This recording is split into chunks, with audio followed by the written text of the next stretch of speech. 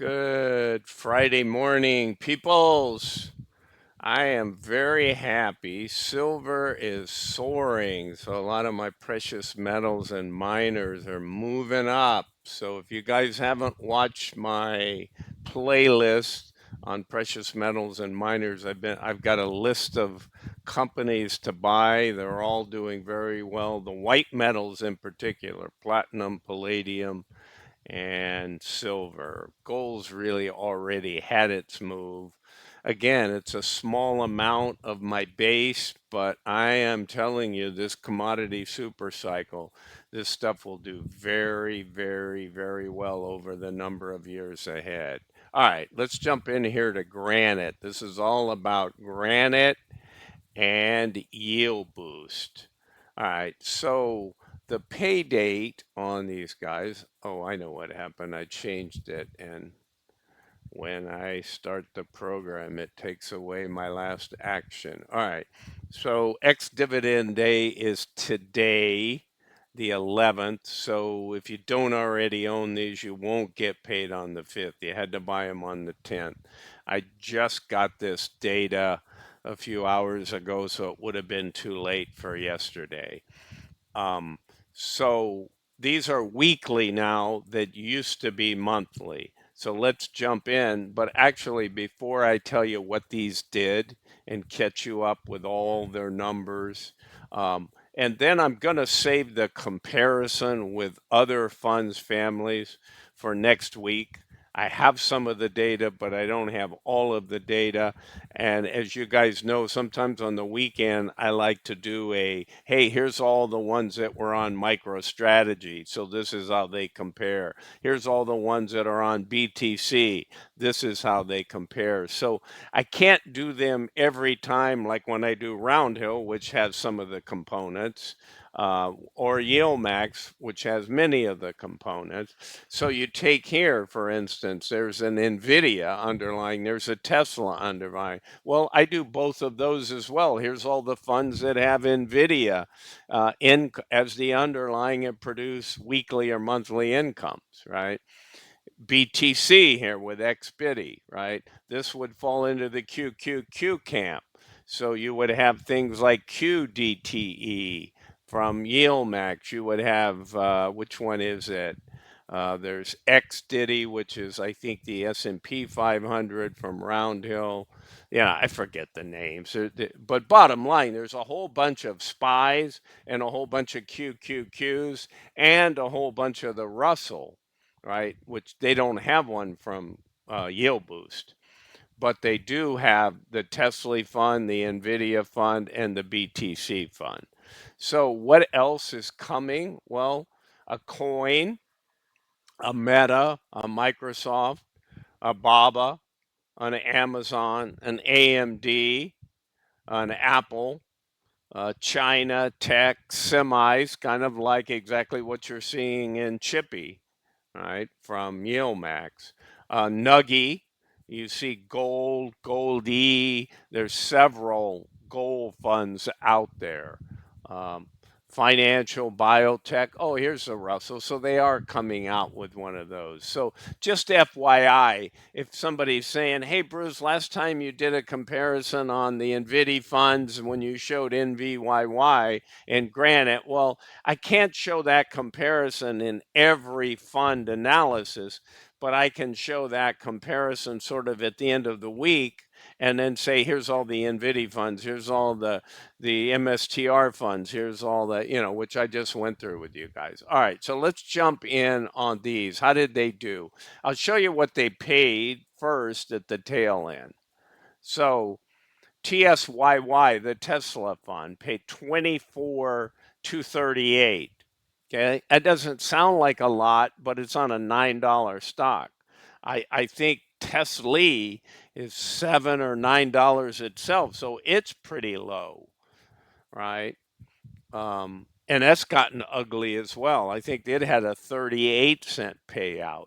So this yield on cost, I used to take what was the launch price because a lot of people bought this at higher prices, but now I'm just giving you a yield on cost because what is it right now and what did it pay? So it's a very high yield. right? And all you have to do is go back here and look and see that it's trading at 972. NVIDIA, their NVIDIA is at 27.27. So I'll sum these up on total returns and do all that, but let's just focus on the payment to begin with. So NVIDIA 51.30 for a 97.46 yield on cost. Now that's a higher expense. Remember, these are weekly and they're converting from monthly. All of this stuff started June 1, so then June 6 was the first payment. So as they roll out these other yield boost funds, you'll see them jump into the week camp. I would think most of them, if not all of them. So what else do we have over here? We have an XBIDI, right? The BTC oriented fund. That's 97.56, paid 47 cents on a slightly lower priced fund, right? That's a 25.40 versus a 27.37. And then you have the triple Q and the SPY, the 500, S&P 500. Those are both yield on cost of 49 cents. They're paying 18 cents and 19 cents. And that's not out of what you kind of see in S Diddy and Q Diddy, from, although they were paid lower. I think this week they paid like 13 cents. One of them paid really low. The R Diddy for YieldMax is still paying pretty high. Um, and then obviously we have these in Roundhill that were earlier in the week. So I'll make sure I do those comparisons. All right, let's jump back in. So 19 cents, 18 cents, 47 cents, 51, and 24. Let's jump back and look at the summary data. Again, they pay on the 15th. You really had to buy on the 10th. But keep that in mind. They're a Tuesday payer. So on this fund, Tesla, as it's doing in many of them, is getting killed, right? Let me see if I need to Z5. Yep, I need to give it all the way out to AB. So these need to be given more money. Give me mo money. All right, so everybody now has more money in the kitty, right? Before it was all monthly. Oh, I only need to go to AA. I don't know if that messed it up or not with that yield. I doubt it, but let's not take any chances. Yeah, it somehow grabbed it still. Okay, so we're only through AA. All right, but it's still more money than if I hadn't done that. All right, so how's the TSYY stack up? Well, any of the TSYY or the underlying Tesla funds, this one happens to go way back, right? So I have 513 data on these guys. I have 226 and 43. So these are all somewhere in the neighborhood. This is a much longer yield boost. This is one of their original ones. So the problem again is they're distributing very nicely. 204. Why is that? I must have gone in and B5. Oh, okay, that's right. It's still only 204 days. That when I see 24, I think, oh, that's ancient, but it's 12/18/24. So I just wanted, I was worried that all of a sudden the date got thrown off. So you got two funds at 58 days, one funded, and that can make a huge difference over here, guys, of what's going on in the market. The last 58 days have been pretty good in the markets, and look at your two big total return winners.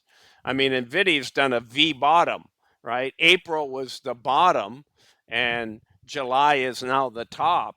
So if you've got a fund only looking at NVIDIA on this period of time, you're going to be looking really good. And sure enough, you don't see this always. It got an 83, almost 84% distribution if you annualize the 58 days.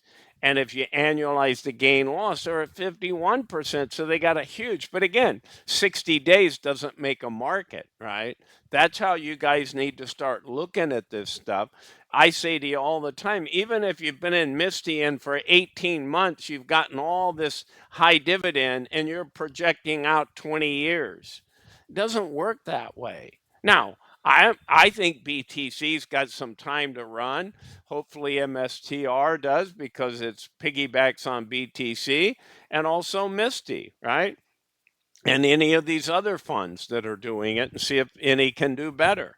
Um, I feel a multi-year inclusion in that. I don't see a 20-year and I can project out 20 years. I mean, you can't project out 20 years on anything. Like I said to you, I think within 5 or 6 years, we'll see double digit um, interest just on money market, right? Well, and think of what that's going to do to mortgage rates.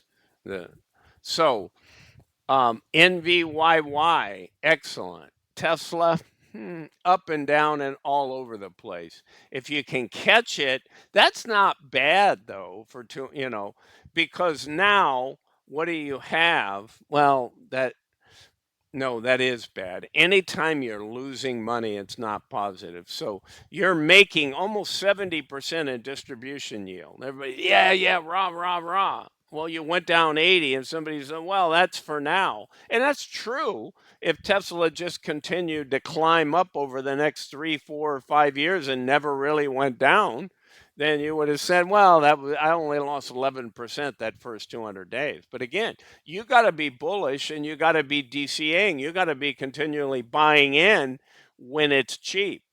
All right. So NVYY, outstanding. Even this is outstanding. This is why BTC pays, right? And now we're starting to look at 118 on Bitcoin. Starting to wake up, guys.